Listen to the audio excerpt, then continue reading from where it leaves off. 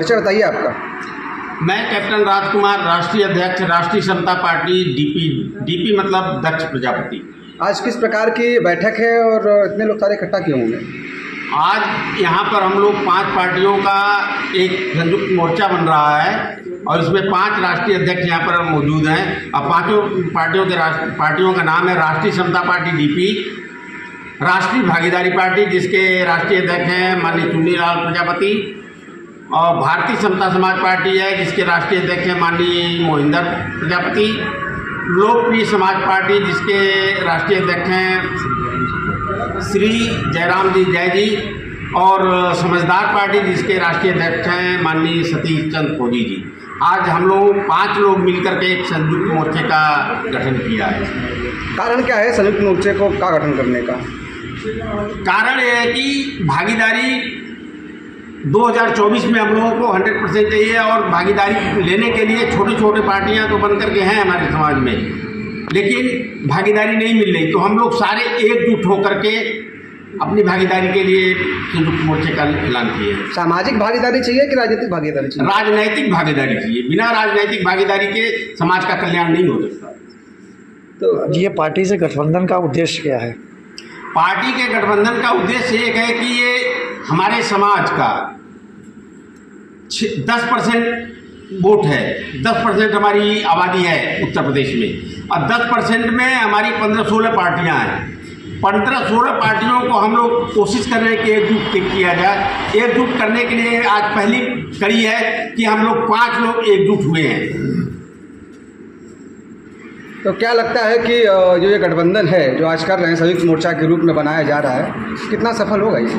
ये सफल 100% होगा, क्योंकि हम लोग मतलब ज़मीन स्तर पर इसको कोशिश करेंगे कि ज़मीन स्तर तक गठबंधन रहे और 2027 तक चलेगा ये गठबंधन। ठीक, आपका परिचय बताएं सर। निवासीराम प्रजापति, राष्ट्रीय प्रमुख महासचिव, राष्ट्रीय समता पार्टी, दक्ष प्रजापति।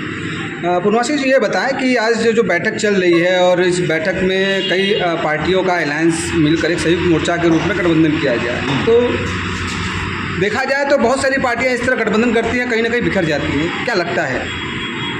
समय चक्र परिवर्तनशील है, दिन के बाद रात और रात के बाद दिन आता रहता है, उससे में घबराना नहीं है।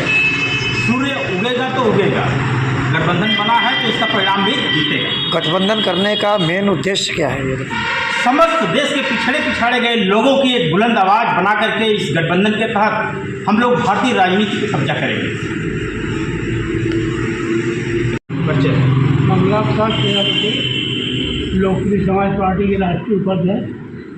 ये देखा जाए तो आजकल प्रजापति जो समाज है कहीं ना कहीं बिखरा हुआ नजर आ रहा है, तो क्या ये मुहिम है उनको एक मंच पर एक साथ इकट्ठा करने की? प्रजापति समाज जहाँ भी है भारत के अंदर, वो इस देश की कुव्यवस्था से लड़ रहा है और इस कुव्यवस्था को दुरुस्त करने के लिए, रास्ते पर लाने के लिए अपनी योजनाएं बना रहा है। उसी क्रम में आज यहाँ पर भी हम लोग जो है 5 पार्टियों का संगठित होकर के इस देश में जो है जो अन्याय है, अत्याचार है, शोषण है और जो कुव्यवस्था है उससे लड़ने के लिए। प्रजापति समाज के बहुत सारे ऐसे लोग हैं जो सत्ता पक्ष से जुड़े हुए हैं और कहीं न कहीं किसी न किसी पद पर पदासीन हैं, और देखा जाए तो कहीं न कहीं राजनीतिक लाभ लेकर समाज की बात नहीं करते हैं। जो भी प्रजापति समाज के लोग जिन पार्टियों से जुड़े हुए हैं वो उन पार्टियों के गुलाम हैं। किसी की वायस जो है इस प्रजापति समाज के लिए नहीं होती है। उनके बगल में अत्याचार अन्याय हो जाएगा, उनके मुंह पर ताला लगा रहेगा। आप जाकर देख लो, कितने उदाहरण मिलेंगे आपको कि कोई भी बंदा मुंह नहीं खोलने को तैयार है। मेरा सवाल यही है कि एक समाज, प्रजापति समाज जो है, जब समाज की बात मदद करने की बात आती है तो पीछे क्यों हट जाता है? किस बात की मदद?